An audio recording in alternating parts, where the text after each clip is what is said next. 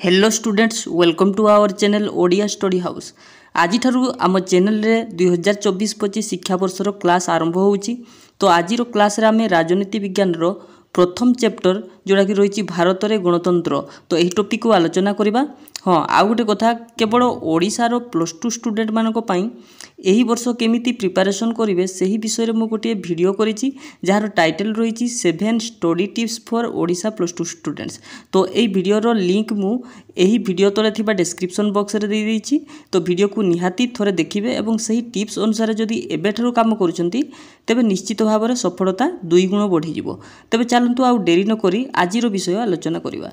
आजिर पाठ्य विषय होउछि गणतंत्रर अर्थ, प्रकार, उपादान एवं प्रत्यक्ष और परोक्ष गणतंत्र लक्षण। आम ए विषय विशद भाव में आलोचना करिबा। प्रथमे देखंतु गणतंत्रर अर्थ कौन। तो गणतंत्र शब्दटी होउछि जहाको इंग्राजी रे कहउछि डेमोक्रेसी।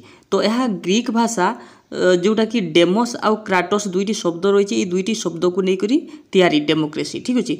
डेमोस अर्थ पिला माने मन रखिबे, डेमोस अर्थ होछि गण एवं क्राटोस अर्थ क्षमता। जदि आम दुईटा जाक मिसई देबा कोन हिजिवो ना गण अर्थात जनता, क्षमता अर्थात पावर जोटा कहि परबा, अर्थात लोक मानकर क्षमता को डेमोक्रेसी कहा जाए। तार आक्षरिक अर्थ कौन ना आक्षरिक अर्थ होछि गण शासन अर्थात जनसाधारण द्वारा परिचालित शासन होछि गणतंत्र। तो बुझी पारले।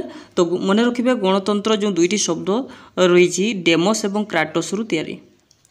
एबे देखंतु गणतंत्रर संज्ञा। तो गणतंत्र काहाको कहा जाए। तो विभिन्न राजनीतिज्ञ माने विभिन्न संज्ञा प्रदान करिसेंती। जेमिति कि लॉर्ड ब्राइस मन रखिबे। लॉर्ड ब्राइस कौन कहिसेंती ना क्षमता कोनोसी विशिष्ट श्रेणीर लोकंक हाथ में न रही समस्त गोष्ठीर सदस्य मानक हाथ में न्यस्त थाए। तो ब्राइस कहिसेंती जे कोनोसी जणे लोकंकर हाथ में क्षमता रहिबा आवश्यक नुहे। तो कौन होबो ना समस्त गोष्ठी बा सदस्य मानकर हाथ में न्यस्त रहिबा आवश्यक। ठीक अछि। तो ब्राइस कहिसेंती। सेमती सिली कौन कहिसेंती ना सिली कहिसेंती जे गणतंत्र एपरि एक शासन व्यवस्था जोंथरे कि समस्तंकर भागीदारी बा अंश थाए। ठीक अच्छे। तो मन रखिबे गणतंत्र काहारी माने एकलार नहीं, तो ये समस्तंकर भागीदारी रही थाए। ठीक अच्छे। तापर देखंतु लिंकन जे अमेरिकार पूर्वतन राष्ट्रपति अब्राहम लिंकन से कौन कहते ना गणतंत्र होउची लोकमानंक द्वारा और लोकमानंकर कल्याण पाई प्रतिष्ठित सरकार अर्थात of the people by the people एवं फॉर द पीपुल। ठीक अच्छे। देखंतु पिला माने गणतंत्र को दुई भाग रे विभक्त करा जाइछि। गोटे होछि प्रत्यक्ष गणतंत्र जहाँ कहा जाउछि डायरेक्ट डेमोक्रेसी एवं आ गोटे कहा जाउछि परोक्ष गणतंत्र बा इनडायरेक्ट डेमोक्रेसी। ठीक अच्छे। जे प्रत्यक्ष गणतंत्र आम क्या कहवा ना प्रत्यक्ष गणतंत्र रे कौन होछि ना नागरिक माने शासन कार्य को प्रत्यक्ष भाव में परिचालना करिथांती।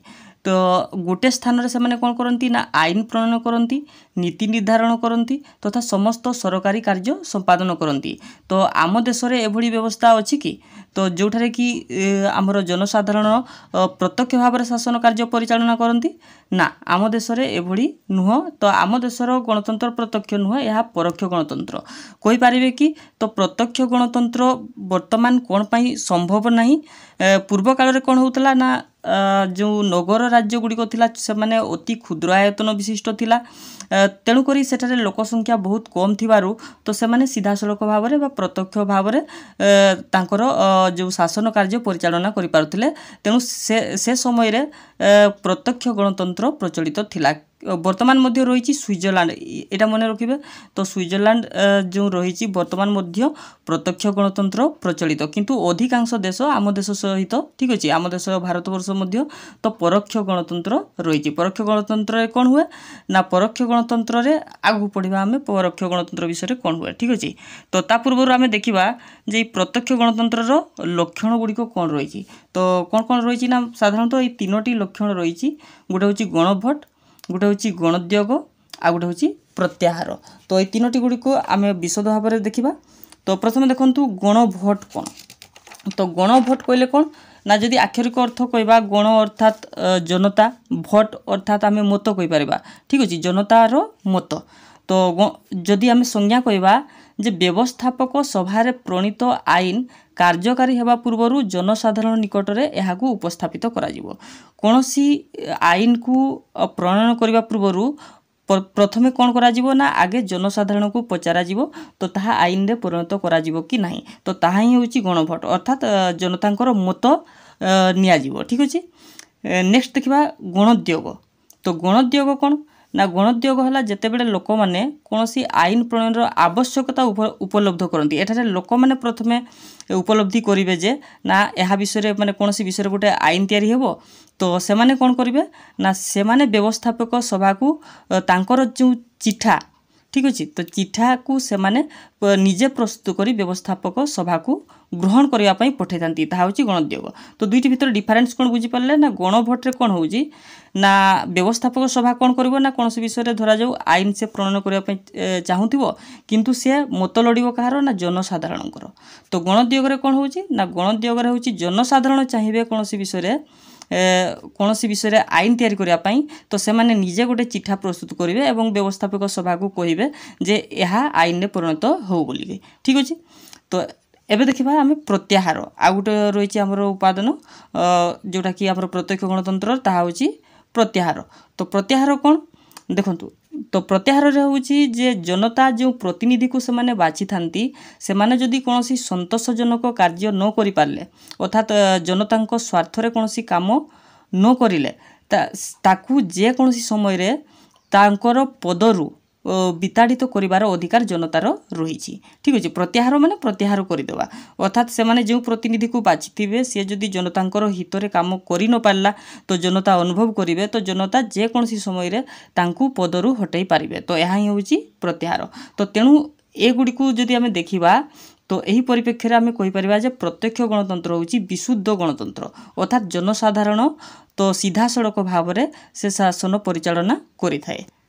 एबे देखंतु परोक्ष गणतंत्र होची प्रत्यक्ष गणतंत्र विपरीत।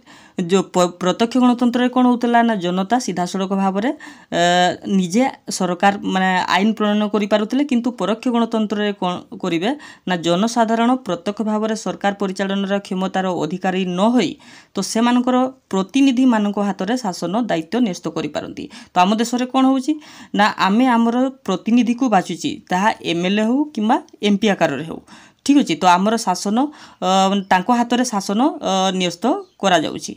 तो तेणुकरी परोक्ष गणतंत्र को कौन कहुच्छी ना जेहेतु यह प्रतिनिधि मानक हाथ में शासन दायित्व दि जाउची तेणु यह प्रतिनिधिमूलक गणतंत्र मध्य कहुए मन रखिए। तो जमीती कि प्रत्यक्ष गणतंत्र अन्य नाम कौन ना विशुद्ध गणतंत्र सेमिति परोक्ष गणतंत्र अन्य ना होची प्रतिनिधिमूलक गणतंत्र। ये थिला प्रथम चैप्टर पार्ट 1 भिडियोटी केमिति लागिला कमेंट बॉक्स रे जणाइबे। तो भिडियोटी भलो लागितिले लाइक एवं शेयर कर देबे और जो पिला माने चैनल को प्रथम करी विजिट करिसंती से माने चैनल को सब्सक्राइब करबा को जेमिति भूलिबे नहीं। तो आज पई एतिकी पुनी देखा हबो आ गोटे नवा भिडियो रे। रहुची धन्यवाद।